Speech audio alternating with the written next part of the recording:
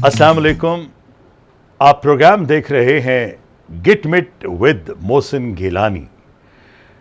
आज हमारे साथ जो मेहमान हैं, क्या कमाल के मेहमान हैं। रेडियो, टीवी, फिल्म और स्टेज पे इन्होंने लाजवाब परफॉर्मेंस दी और ऐसा फनकार जिन्हें हम आज भी लड़का कहते हैं, इनसे आपको मिलवाते हैं।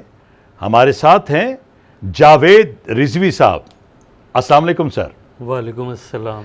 सर, आज भी आप लड़के लग रहे हैं। Thank you very much. ये कोई ऐसा चक्कर तो नहीं है कि ऐनक का नंबर तब्दील आपको करवाना पड़े। बहरहाल मेहरबानी। और ये मैं आपको बताता चलूं कि 50 बरस हो चुके जावेद रिजवी साहब को रेडियो, टीवी, फिल्म और स्टेज पे काम करते हुए। 50 साल कम नहीं होते सर, आधी सदी आपने शोबिस को दी। क्या खोया क्या पाया? मैंने बहुत कुछ पाया, खोया कुछ नहीं। वाह। मुतमईन हूँ मैं और बड़ा अच्छा सफ़र रहा मेरा। और मैंने बतौर चाइल्ड स्टार ये सफ़र शुरू किया और अजीब व गरीब कहानी है। 50 नहीं बल्कि 58 साल हो गए। यानी 1962 में हमने मोहल्ले में ड्रामे शुरू किए थे।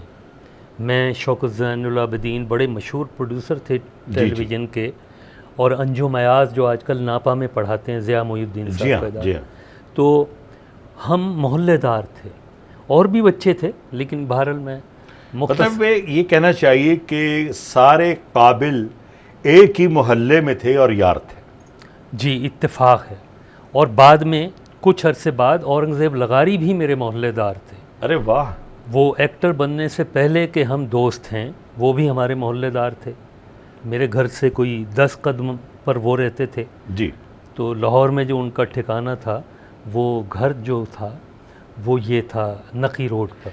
अच्छा, ये जब आप प्रोफेशनल एक्टर के तौर पे आप आए इस शोबिज़ में, तो आपने आगाज़ रेडियो से किया, टीवी से, फिल्म या स्टेज से? मैंने थिएटर से किया। थिएटर ही मेरी पहली मोहब्बत थी। और हुआ ये कि इत्तेफाक देखिए कि पाकिस्तान में जो बच्चों का पहला ड्रामा शुमार होता है, जो प्रॉपर प्लेटफॉर्म पे ऑन टिकट्स हुआ, उसका नाम है तेरे ही बच्चे तेरे ही बाले। मैं one of the leading role उसमें मेरा था। अज़ीज़ असरी बच्चों के बहुत मशहूर राइटर थे। आली पे क्या गुजराई को उन्होंने ड्रामाटाइज़ किया, थिएटर के लिए बनाया। उसमें किया था जनवरी 65 अलहमरा। अच्छा। वो हमें वहीं से सिलेक्ट करके लाए थे बच्चों को, और वो किया। और उसकी बड़ी मज़ेदार कहानी है कि वो कोई 6 महीने हमने रिहर्सल की उस ड्रामे की, क्योंकि हॉल नहीं मिलता था। अलहमरा मिल रहा था, वो पोस्टपोन होती जाती मुख्तलिफ जो तारीख़ें देते। तो उसमें से हमने तकरीबन 2-3 महीने फ़नून के दफ्तर में भी रिहर्सल की, जो अहमद अदीम कासिमी साहब का दफ्तर था। वाह। क्योंकि अज़ीज़ असरी साहब उनके नायब मुदीर थे फ़नून में, वहाँ उनके साथ काम करते थे। तो उनके दफ्तर में हम काम करते थे। कासमी साहब, अहमद अदीम कासमी, आ जाओ भाई बच्चे, फारिग हो गए बच्चों, चाय वाय पिलाते थे, गपशप करते थे। वहाँ क्या क्या हस्तियाँ हमने देखी, बड़े लोगों की बड़े बात, और बड़ी बात। तो बहुत एंजॉय भी किया मैंने इस सफ़र में। बहुत मज़ा आया। पूरे मुल्क में मैंने किया ड्रामा। मैंने आउट ऑफ कंट्री किया, मैं फेस्टिवल्स में गया, दिल्ली फेस्टिवल्स में मैं परफॉर्म करके आया। कवि साहब, समीना पीरज़ादा, उस्मान पीरज़ादा और मैं, 4 करैक्टर प्ले है। अच्छा, ये बताइए कि रेडियो पाकिस्तान लाहौर से आगाज़ किया था आपने, क्योंकि आप लाहौर के ही हैं? मैंने आगाज़ तो थिएटर से किया, बाद में उसके बाद रेडियो पाकिस्तान, रेडियो पे किया, मैंने फिल्म में किया, टेलीविज़न में किया। रेडियो में अंदाज़ा है कि कितने बरस हो गए रेडियो से जुड़े हुए? रेडियो से जुड़े हुए भी मेरे ख्याल में कोई 45 साल तो ज़रूर हो गए, 45 साल। और मेरी खुश नसीबी ये है कि बहुत बड़े बड़े लोगों का साथ रहा कि, यानी मेरी शुक्र है कि उनके साथ काम किया। मुराद ये जाफ़र रज़ा साहब, अफजल रहमान साहब, जमील मलिक साहब, अतीकुल्लाह शेख साहब, रेडियो पर क्या क्या ये हस्तियाँ थी। तो मेरे नसीब में ये लोग आए। मैं नाज़रीन आपको ये बताता चलूँ, इन्हें ख़ास तौर पर दावत दी और ये हमारे लिए एहसास है कि ये हमारे प्रोग्राम में तशरीफ़ लाए कि कुछ ऐसी यादें जिन्हें लोग भूल चुके हैं, ऐसी बातें, ऐसे लोग, उनको याद करने के लिए जावेद रिजवी साहब हमारी मदद करेंगे। जावेद साहब, ऐसे लोग जो अब दुनिया में नहीं रहे, आपके बहुत करीबी दोस्त, उनको अगर हम याद करें, मैं अब क्या क्या नाम लूँ, ये सब जमील फ़खरी, ख़याम सरहदी, क्या क्या आप बल्कि नाम लें, ये सारे ही लोग जो थे ये बहुत मेरे नज़दीक आबिद अली साहब, आबिद अली साहब, और इन थिएटर में कम थे क्योंकि ये हल्का ऐसा था, अलहमरा ऐसी जगह था कि सारे टीवी आर्टिस्ट भी वहाँ आते थे, चाहे वो थिएटर में नहीं करते थे। प्रॉपर जो प्लेटफॉर्म था वो अलहमरा था, वहीं सब ये जमा होते थे। तो आबिद अली साहब ने थिएटर इतना नहीं किया, और भी चंद आर्टिस्ट टीवी के हैं उन्होंने नहीं किया, हम लोगों ने थिएटर बहुत ज़्यादा किया। तो ये लोग भी आते थे और सारे ये जो थिएटर के आर्टिस्ट थे वही टीवी पे हम लोग काम करते थे। अच्छा, तो ये सारे लोग जो बनते हैं, मैं क्या क्या नाम लूँ और क्या क्या इनके साथ टाइम गुज़रा है, ऐसी दोस्तियाँ थीं। और ख़ास तौर पे हम इतनी मेहनत करते थे और अलहमरा में हर आर्टिस्ट रोज़ाना वहाँ मौजूद होता था, जिसका ड्रामा चल रहा होता था या नहीं भी चल रहा होता। अच्छा जावेद रिजवी साहब, एक बात मैं ये पूछना चाहूँगा कि ये हम हमेशा से सुनते आए हैं, देखते भी आए हैं, मैं ख़ुद भी इस तकलीफ़ से गुज़रा हुआ हूँ कि जब हिजरत करके आदमी किसी दूसरे शहर में जाता है तो उसे कितने मसाइल का सामना करना पड़ता है। आपने देखा होगा क्योंकि आप तो लाहौर से हैं, और कितने लोग आपके सामने आए जो दूसरे शहरों से आए, उनको क्या क्या परेशानियां थीं आपने देखी होंगी।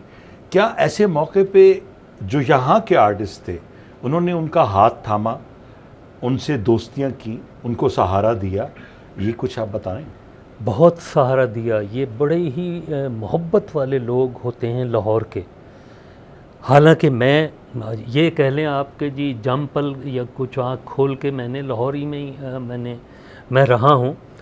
मेरे पेरेंट्स ने माइग्रेट किया था दिल्ली से, लेकिन मैं यहीं रहा। सारे लाहौरिये मेरे यार हैं, इतने बड़े लोग होते हैं, इतने मोहब्बत वाले कि मैं क्या मिसाल दूँ। तो उसमें मैं दिन में ये समझें कि कोई 90% मैं पंजाबी बोलता हूँ। कवी खान साहब जो थे, कवी साहब वो बैंक में नौकरी करते? वो कवी साहब ग्रिंडलेस बैंक में थे। अच्छा। जब मैं एंटर हुआ हूँ तो मेरे सीनियर्स सारे ये थे, आप देखिए, क्रीम, कवी साहब, मसूद अख्तर, फ़ारूक ज़मीर, अतर शाह खान, ये नईम ताहिर साहब, क्या क्या नाम लूँ। मैं जब एंटर हुआ हूँ तो उस वक्त आर्ट्स काउंसिल के सेक्रेटरी अलहमरा के नईम ताहिर साहब थे, लेकिन कुछ ही अरसे पहले फैज़ अहमद फैज़ साहब वहाँ सेक्रेटरी थे जी। तो ये सारे लोग वहाँ 30-40, तो ये सारे फ़नकार थे अलहमरा के। अच्छा, ये बताइए, आबिद अली साहब जब कोयटा से लाहौर आए तो आपने उनके इब्तदाई जो स्ट्रगल के दिन बहुत स्ट्रगल की देखे। और आबिद अली साहब से तो मेरा एक और हवाले से भी बड़ी अटैचमेंट थी कि आबिद का जो बड़ा भाई है आरिफ, जो आजकल ऑस्ट्रेलिया गया हुआ है, वो मेरा लंगोटिया समझ लें, बहुत पुराना दोस्त था। तो इनसे मेरे फैमिली टर्म्स भी थे, आना जाना घर में इनके वालिद से और सब कुछ, बहन भाइयों से, आसिफ इनके बड़े भाई और सबसे बड़े। तो ये मुराद है कि उनसे बड़ी मेरी मोहब्बतें थीं और मोहब्बत का रिश्ता था। बड़ी स्ट्रगल की आबिद ने। हामिद राना साहब के बारे में आप कुछ कहेंगे? क्योंकि मैंने एक दफ़ा उनसे सुना था कि वो दाता अली हजवेरी वहाँ जाके खाना खाया करते थे, इस तरह का भी एक वक्त आया। हामिद राना साहब ने भी बहुत स्ट्रगल की, बड़ी तकलीफ़ें उठाईं यकीनन, और उनके साथ जो गुड लक हुई कि जावेद कुरैशी साहब जो चीफ़ सेक्रेटरी भी रहे हैं पंजाब के, तो वो बहुत थिएटर लवर थे, वो आया करते थे। तो उन्होंने फिर उन्हें LDA में मुलाजिम करा दिया था, जहाँ तक ये नहीं हमें मालूम। तो बड़ी उन्होंने तकलीफ़ें उठाई, और उन तकलीफ़ों को मैं कहूँगा कि लाहौर के जो आर्टिस्ट थे उन्होंने वेलकम किया खुले दिल से, इन्हें वो किया और मदद की, बड़े हेल्पफुल होते अच्छा, थे। दूसरी बात यह है कि आप थिएटर की बात पे ज़रा ज़्यादा जोर दे रहे हैं। अमानुल्लाह साहब वो भी आए, वो गुजरावाला से आए, कुछ लोग फ़नकार हमारे फैसलाबाद से आए, तो ये लोग भी आए लाहौर में, तो लाहौर के थिएटर ने उनको खुश आमदीद कहा। यकीनन तो उन अमानुल्लाह, लोगों की मुश्किलात भी तो आपने बहुत देखी। मुश्किलात। अमानुल्लाह जब मेरे पहली रिहर्सल में हमारी आए हैं, तो अमानुल्लाह साहब स्वीट्स उस ज़माने में बेचते थे, एक मेगाफोन उनके हाथ में होता था, और वो लेकर आए। हम लोग कर रहे थे आज आखां वारिस शानू, जो आपने भी किया हुआ। जी, मैंने वारिस ठीक शाह है का ना? रोल किया। तो मैंने भी, ये उससे पहले की बात है, ये शायद 71-72 की मैं बात कर रहा हूँ। जी। तो इकबाल अफंदी साहब डायरेक्ट कर रहे थे, उसमें अमानुल्लाह को ये लेकर आए। तो अब हमें तो नहीं मालूम था वो स्वीट्स बेचना और ये वो, तो वो बहरहाल वो एक तल्ख बात है, तो वो मैं अवॉइड कर रहा हूँ। ठीक है। वो अमानुल्लाह साहब उस वक्त नहीं कर सके थे। फिर ये सिक्सर में सिक्सर, यही इकबाल अफंदी साहब इन्हें लेकर आए। ये रोल उन्होंने मलिक अनोखा के लिए लिखवाया था, मुझे जी, सारी हिस्ट्री मालूम है। मलिक अनोखा हमारे साथ कर रहे थे ड्रामा फ्लैटिज़ में, लव ऑन फुटपाथ, शहबाज आका का। जी जी। कमिटेड उनसे थे, कर रहे थे हमारा ड्रामा। फिर वो कुछ तलखी हुई, वो भी लंबी बात हो जाएगी, अवॉइड मैं कर रहा हूँ। तो उसमें फिर आखिर में वो क़ुरए फ़ाल इन्हें मिला, अमानुल्लाह साहब को, इनको अल्लाह ने ये मकाम देना था। पाकिस्तान तो का क्या, पूरी दुनिया में उनका नाम है कि वो पूरी दुनिया के सुपरस्टार हैं। No doubt. वो फिर अमानुल्लाह के साथ अल्लाह उनके बेशुमार, दर्जात बुलंद करे। बेशक, और बहुत आला इंसान, डाउन टू अर्थ हमारे साथ। मैंने बहुत ड्रामे उनके साथ किए। अच्छा जावेद साहब, बब्बू बराल साहब को थोड़ा सा याद कर लें, क्योंकि आप थिएटर बब्बू के हवाले से बराल। बातें कर रहे हैं। बब्बू बराल बहुत अच्छा एक्टर, बहुत ही आला इंसान भी था। वो गखड़ मंडी से आए थे यहाँ, और इब्तिदा में उन्होंने बहुत मुसीबतें उठाई, और फिर वो आखिर जिस तरह लड़ के कोई अपना मकाम बनाता है, वो भी सुपरस्टार बने, और क्या लाजवाब एक्टर थे। मस्ताना साहब, मस्ताना मस्ताना की साहब ने बहुत नाम बनाया, भी, हाँ, बहुत काम किया, बहुत पैसा कमाया, तो उनके बारे में आप कुछ कहेंगे? मस्ताना भी बहुत लाजवाब बंदा था, लाजवाब एक्टर। और इसी तरह मस्ताने ने बहुत तकलीफ़ें और मुसीबतें उठाईं, लेकिन उन्होंने अपना मकाम बनाया, और वो भी यानी हॉट केक रहे थिएटर के। आबिद खान साहब, आबिद खान साहब, आबिद। उन्होंने फिल्में भी की, हाँ। रेडियो भी किया, थिएटर भी किया, तो आबिद खान साहब के साथ आपके ताल्लुकात कैसे? बहुत, ये तो अब मैं ये कहूँगा कि ये सारे लोग मुझे इतना एहतराम देते थे कि शायद मैं इस काबिल नहीं हूँ, लेकिन बस बहुत एहतराम देते थे मुझे, क्योंकि मैं सीनियर था। मेरा लतीफ़ा एक ये है कि कई लोग मुझसे उम्र में बड़े थे, लेकिन मेरे जूनियर थे। वो कहते थे असी तो ताड़े ड्रामे टिकटां लैके देखते रहे हैं, और उम्र में मुझसे बड़े, क्योंकि वो लेट ज्वाइन किया। अच्छा, मैंने जावेद रिजवी साहब, मैं एक बात ये कहना चाह रहा हूँ कि आपका तजर्बा 50 बरस हो गए आपको इस शोबिज़ में, और माशाल्लाह अल्लाह आपको सेहत दे, और आप बड़े मज़े से काम कर रहे हैं। पिछले दिनों रेडियो पाकिस्तान मुल्तान, माफ़ी चाहता हूँ, रेडियो पाकिस्तान लाहौर में स्टूडियो में आपसे मुलाकात हुई थी। आप आज की जो नस्ल है, आज का जो फ़नकार, आप जिन मोहब्बतों की बात कर रहे हैं, आप बात कर रहे हैं कि जो जूनियर थे वो भी आपका अदब करते थे, जो सीनियर थे वो भी एक दूसरे से मोहब्बत करते थे। अब वो मोहब्बत देखने को नहीं मिलती। अब जो जूनियर है वो घर से ये सोच के आता है कि वो एक सुपरस्टार है, अपने सीनियर को सलाम करना वो अपनी तौहीन समझता है।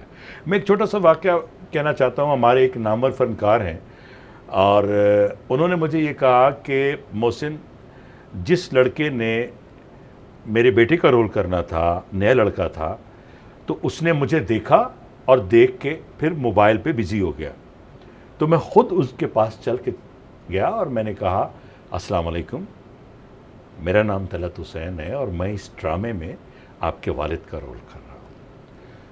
तो जब ऐसा मौका आएगा तो फिर हमारे नौजवान, हमारे ये बच्चे बच्चियाँ ये कैसे सोच सकते हैं कि हम स्क्रीन पे अच्छा परफॉर्म करेंगे। स्क्रीन पे अच्छा परफॉर्म तो तभी करेंगे ना जब आपके साथ जो सामने जो आपका सीनियर आर्टिस्ट है वो आपको वो शफ़क़त, वो मोहब्बत दे और आपको साथ साथ बताता रहे ताकि आप अच्छा से अच्छा काम कर सकें। ये चीज़ें नहीं मिल रही अब देखने को।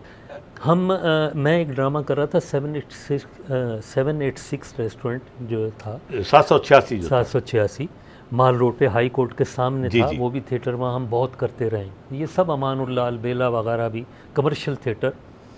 तो वहाँ मैं एक ड्रामा कर रहा था तो वहाँ मैं पहुँचा, मोटरसाइकिल खड़ी की तो वो कहने लगा कि यार वो फिरदौस जमाल तुम्हें बुला रहा है ऊपर। ऊपर उसके रेस्टोरेंट था। तो मैंने कहा अच्छा। मैं गया वहाँ तो फिरदौस जमाल, अनवर अली, ये बैठे हुए। पुरानी बात मैं कर रहा हूँ। जी जी। और उस वक्त जहन में ये रखें कि उमर शरीफ का सिर्फ नाम सुना था कि बकरा किस्तों और बड़ा अच्छा एक्टर जी, है और ये वो, और यहाँ लाहौर में मशहूर था कि वो कराची का अमानुल्लाह है। ये हाँ मिसाल ठीक दी है? जाती थी। अब आपने जी, कहा है तो मैं, मेरी ज़रूरत हो रही है, मैं कर रहा हूँ। मैं करना नहीं चाह रहा था ये बात, लेकिन बहरहाल बात बड़ी दिलचस्प है। तो वो खैर मैंने नहीं देखा, हम किसी ने भी नहीं देखा हुआ था उमर शरीफ को। तो कहने लगे कि जी अच्छा, ये बैकग्राउंड जहन में रखिएगा कि मैंने उमर शरीफ को नहीं देखा। तो वहाँ ये फिरदौस जमाल, अनवर अली और कौन कौन, और साथ में वो बैठा हुआ था एक नया चेहरा। तो फिरदौस मुझे कहने लगा कि भाई जावेद रिजवी, ये उमर शरीफ। और ये उमर से कहने लगे कि हमारे थिएटर के सीनियर आर्टिस्ट हैं जावेद रिजवी। तो उमर शरीफ ने मुझे कहा कि भाई अपने कराची में तो रिवाज है कि जहाँ सीनियर और स्नेक देखो तो मार दो। तो मैं एकदम मेरा चिरल्ला मैंने कहा ठीक है उमर साहब, फिर 5-6 साल बाद आप भी मरने को तैयार हो जाइए। यार तुमने तो दिल पे लगा लिया, मैं तो मजाक कर रहा था। मैंने गले जफ्फी डाली, मैं कर नहीं, मैं भी जवाबी मजाक कर रहा था। बात यह है कि जो आज का जूनियर है उसे सीनियर होना ही है। जावेद साहब, आप आखिर में, क्योंकि हमारा वक्त इतना ही होता है, आप आखिर में नौजवानों को कोई मैसेज देना चाहें? मैं यही मैसेज देना चाहूँगा कि ऑब्ज़र्व करें, एहतराम करें सीनियर्स का।